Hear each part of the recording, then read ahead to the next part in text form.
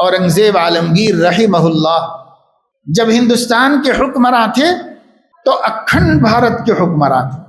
اب اس وقت وہ 5 ملک ہیں، وہ 5 ملک ان کے زمانے میں ایک ہی تھے. نیپال بھی اسی میں تھا، سری لنکا بھی اسی میں تھا، پاکستان بھی اسی میں تھا، بنگلہ دیش بھی اسی میں تھا، تبت بھی اسی میں تھا. سب ملا کے ایک حکومت تھی. اس اکھنڈ بھارت کے 50 سال سے زائد حکمراں اورنگزیب رحمۃ اللہ علیہ. جس شخص سے زیادہ حسد ہوتا ہے اس کو زیادہ بدنام کیا جاتا ہے.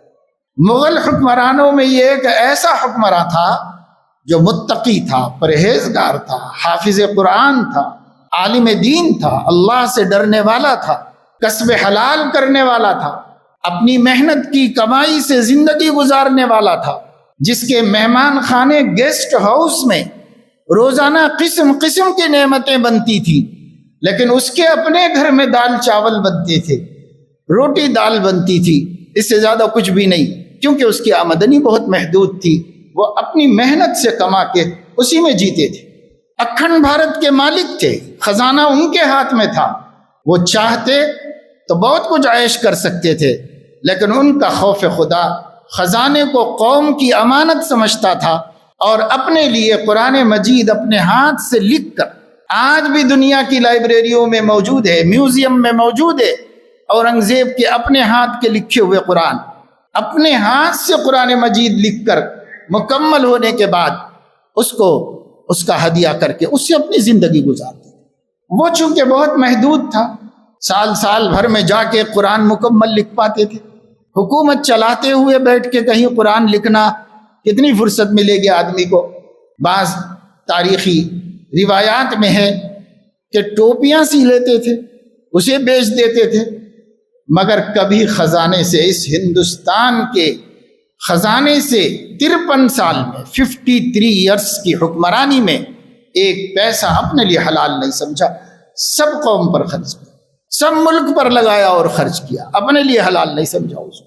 تو جو جتنا زیادہ نامور ہوتا ہے نا، اس کو یا تو لوگ اعتراف کرتے ہیں اور تعریف اور عقیدت میں مبتلا ہوتے ہیں، یا پھر لوگ کنڈم کرتے ہیں تاکہ ہمارے اوپر کوئی انگلی نہ اٹھا سکے.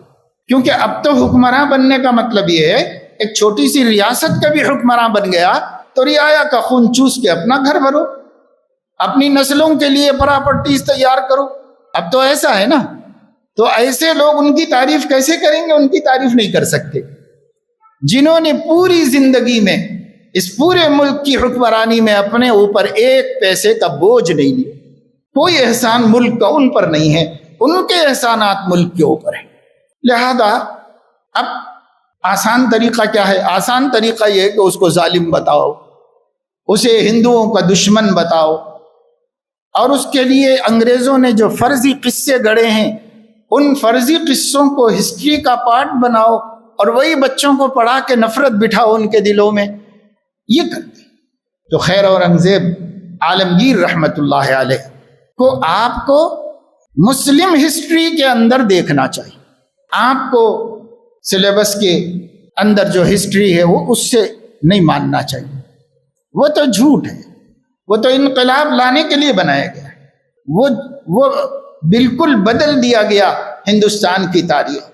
ورنہ آج بھی ہندوؤں کی پرانی مندروں میں جو وثائق محفوظ ہیں، جو میوزیم ہیں ان میں اورنگزیب کے فرامین بھی موجود ہیں، جو ہندوؤں کی درخواست پر ان کو بھی زمینیں الاٹ کرتے تھے، ان کے لیے بھی خرچے کے واسطے بڑی بڑی کھیتیاں اور بڑے بڑے باغات دیتے تھے، اور ان کے لیے بھی سب کچھ کیا.